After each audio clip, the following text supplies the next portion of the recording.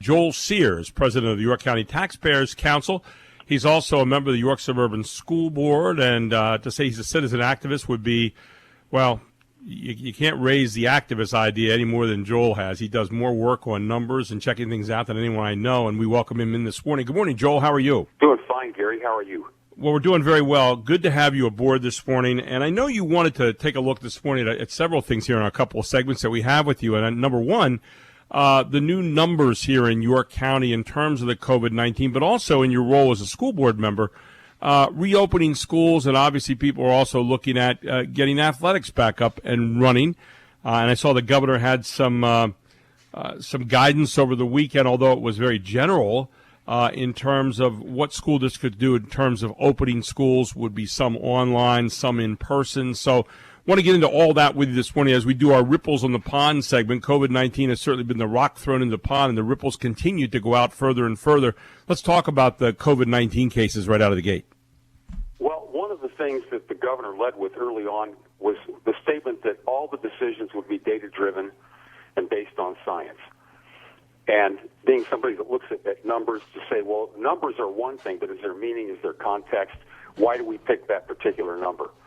The governor's necessary condition for reopening counties was that we would have fewer than 50 cases during a prior 14-day period per 100,000 residents in the county. Once we hit that level, then it would be considered to go from red to yellow. That was not an automatic. Right. But the way it was interpreted by probably the majority of us was that once we hit that number, the counties could begin to relax the restrictions and reopen business. The sooner that's done, the easier it is to heal up the damage to the economy. Fairly simple concept, I think. Well, we waited that out until finally we were in the yellow zone, the yellow phase. And that happened in York about a month and a half ago. Mm-hmm. Currently, our numbers, Gary, are worse than they've ever been through this entire episode. They are at an all-time high. In the last 2 weeks alone, we had 387 cases. Our target's 221, using that criterion of 50 per 100,000. So my question, if the governor's listening, and I doubt that, is one, where did the benchmark come from? And what did it really mean? Besides giving somebody the comfort of squeezing a number out into the public, hanging that out for weeks and even months, to use that as a way of controlling commerce for the most part, and then relaxing that when it was convenient to do that. There wasn't a single county in the southeastern part of the state that met the criterion, ever. Right. And today, we actually had a minimum of about 11 around the state that never met the criterion. Today, that number's 27.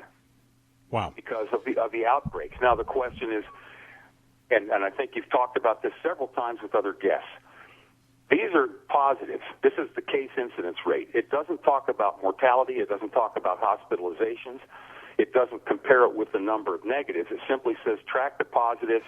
Here's the number, and it really is rising. It's rising dramatically. Let me ask you a question here, Joel, real quick, just to interrupt you for a moment. So, again, you've been looking at a lot of these numbers. Are the hospitalizations going up commensurately, and are the deaths going up commensurately as far as going along with the positive cases that are being found?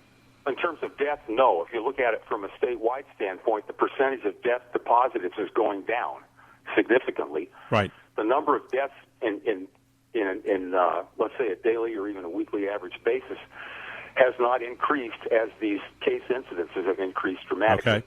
Hospitalizations are going up, but as my research shows, the cases are not as severe. I don't want to laugh this thing off. This is a severe problem. There's no question about it. Right. But as the hospitals were allowed to take in so-called elective cases, they began to fill back up to their capacities so that they could survive financially. They're a business too, Gary. Absolutely. And as the hospitals are allowed to take in more of these elective cases, then there's less capacity for COVID cases. Well, I know one of the things back to straining the hospitals again. One of the things I saw in a story late in the week, UPMC officials were saying that the cases that are coming up out in Allegheny in western Pennsylvania, we're getting a lot of these increasing cases are coming up, particularly on the border counties of Pennsylvania. But they said that the severity of they're seeing now in the cases kind of goes along with what you said, that it's not near as bad as what we had seen originally on that. Did you see that tat at all? Yes, and a lot of that tracks to the fact that it's a younger population. Again, it doesn't mean that Right. it isn't dangerous for younger people, but statistically speaking, that is not where the significant severity occurs. It's typically in people 65 Right. and older. So it's So what do we take from this, from the numbers you gave us? Well, So what do we take from this in terms of those numbers? Numbers can be a dangerous or a helpful thing depending on context. It should not be used as a single measure to control whatever you want to control. You know, we get a totally different subject, but we get caught up on economic measures in much the same way. We look at things like the Dow Jones Industrial Average as if that's a measure of the economy. It isn't. But on a daily basis, what do we get from the economics reporters? We get the Dow Jones Industrial Average, and we get somebody's interpretation of why it moved the way it did on a given day. We all know that's ridiculous, but we hang on that one anyway. COVID's become the same thing. It's almost like the Dow Jones Industrial Average, or even on a more morbid basis, the body count in Vietnam. We get these daily updates. We just get the drumbeat of, here's the caseload, here's the death count, here's what's going on in your county. And I think a lot of us have gotten to the point that we wonder what the point is. Why are we doing it? Yeah, exactly. I was looking at, I check out this one website every morning, thegrassrootspa.com. And what do they have at the very top? 1,000+ new PA COVID-19 cases for the first time in 2 years.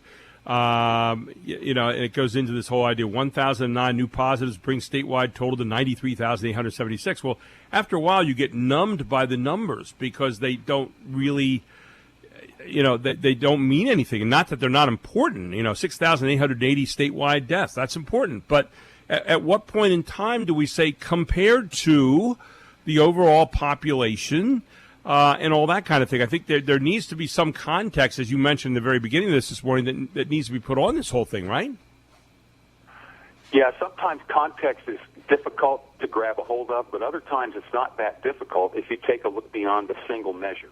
One of the numbers that I track is the positive percent of total testing. And that's a curve that shot up around the end of April to about 20%. 20% of people who were tested positive. Today, that number's 10%.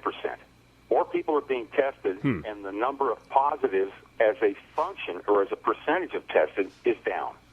That's good news. It's not great because it's still 10%, but it's good news. It's cut in half in the last 2 months, even though the number of positives is going up on a daily basis. Well, I thought at one point we wanted more testing. Yeah, we did. But we also knew that with more tests, perhaps there were people out there who were going to test positive. It wasn't like we were ignoring that people out there were going to test positive because, well, they just hadn't been tested, and we didn't know, and yet maybe they hadn't become sick, maybe they hadn't been hospitalized or anything like that.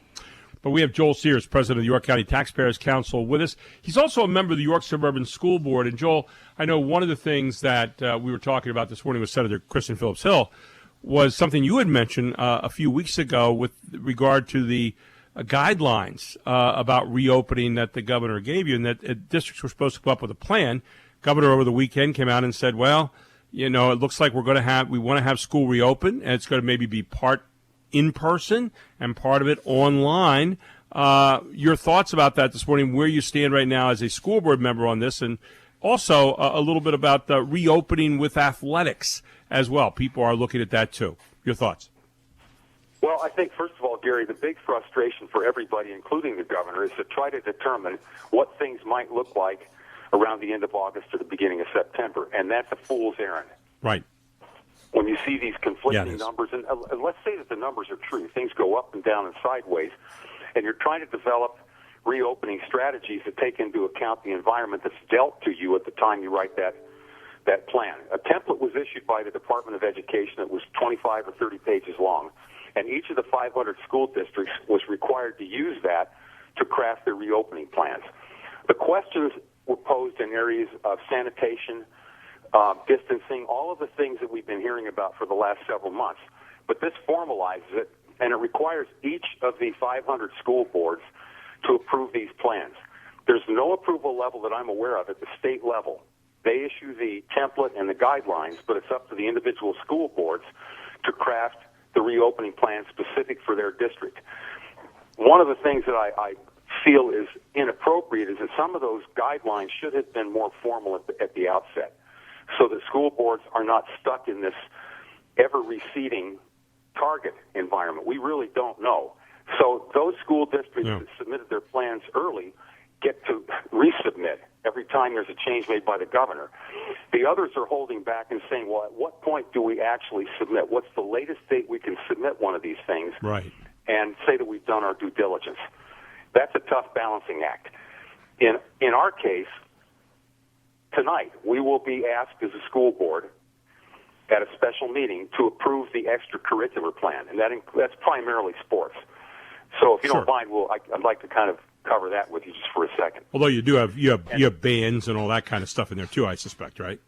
Correct, but it's primarily oriented toward the sports because of the spectrum of possibilities that are under this umbrella of sports. Band is band, but when you talk about fall sports, it runs the gamut from tennis and golf to football. So there are any number of challenges, not the least of which is just keeping the facility itself clean. One of the requirements for the football players, for example, is that they show up to practice already dressed. They can't use the locker rooms. Well, what if they need to? What if they need to go to the restroom? Well, that's okay as long as they go one at a time.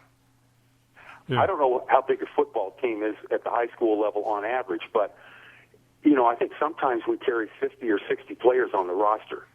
Right. There are a lot of kids on those teams. Dr. Levine has also said that youth sports need to respect distancing. Now, when I put that stuff together, my head just can't process it. If they're standing on the sideline, do they have to be 6 feet apart in a big, long line, or are they going to be in 4 ranks of people 6 feet apart? We don't really have the room on the sidelines between the sideline markers and the stands to accommodate that. But those are the sort of things that really are specific to the individual football field. So do you spread them out one end to the other? Do you stack them up? I don't know. And those are the sort of things that our administrators have to worry about before they can submit an acceptable plan. You talked to Bob Lombardi last week, I believe. TIAA. It was 2 weeks ago, director.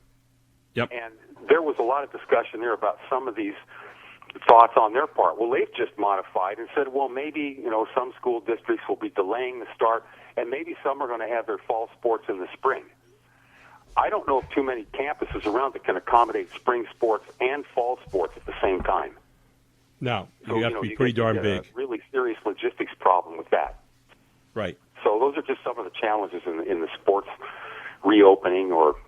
Well, the other part about this too, Joel, and is the cost to districts. I mean, in terms of regulations, the cost of cleaning materials, the cost of how often you're going to have to do it, the cost of people who are when you're trying to do a budget and you're figuring all those things out. We got to come up with a way to cover all that, and that's another big indicator at this time that I think gets neglected sometimes in our thought process as people who live in our districts. It has been. Part of the CARES Act was to provide money to local schools for those kinds of contingencies. That number's already been determined and it's already been allocated. Whether it's even remotely enough, I don't know. I think it's way under what's going to be required because these standards are not going away. The CARES money was a one-time infusion. I think in our case it was around $230,000, something along that line. Right. And you can see where that can be exhausted in 4 or 5 months. Cleaning supplies alone, masking and those sorts of things are going to consume that money. Then what? Well, then it falls on the operating budget to try to cover those ongoing expenses.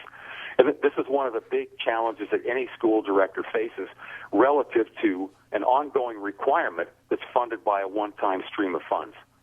Right. And it's not just COVID and COVID mitigation. It's any number of mandates that come from the state where there might be a little bit of money to get the program started, but there's not enough to sustain it. Final minute of our session today. Talk a little bit about, what you see coming. I mean, you said the other week that you thought that probably school might start as late as November or December. Your thoughts this morning as we talk about these very real realities coming forward. I think school will start on time, Gary. What it looks like is going to be just about anybody's guess. I believe in our district we will have a combination of in-person instruction online instruction, and a combination of the two, where kids attend school one or let's say 2 days a week. Just one of the suggestions that's out there. 2 days a week, Monday and Tuesday, or Thursday, Friday, and they all go cyber on Wednesday. That's one plan that's been floated. Okay. But we have to make accommodations for about 20% of the kids whose parents say they're not comfortable sending the kids back at all. We have to make accommodations for teachers who say, and this is an interesting one, 99% of the teachers say they're coming back to work, but more than half say they're uncomfortable coming back to work. So I'm not sure how you reconcile that. Interesting coming back stuff. to work doesn't necessarily mean coming back to school to work in the classroom. Boy, I'll tell you what, the things that we're facing right now in this changing landscape, Joel, thank you for getting a little bit of a handle around things this morning, and we look forward to talking again next week as we continue to explore the ever-widening ripples on the pond here of the COVID-19 virus. Joel Sears, president of the York County Taxpayers Council and member of the York Suburban School Board, thank you so much, my friend. Appreciate your hard work. You're welcome, Gary. Have a great week.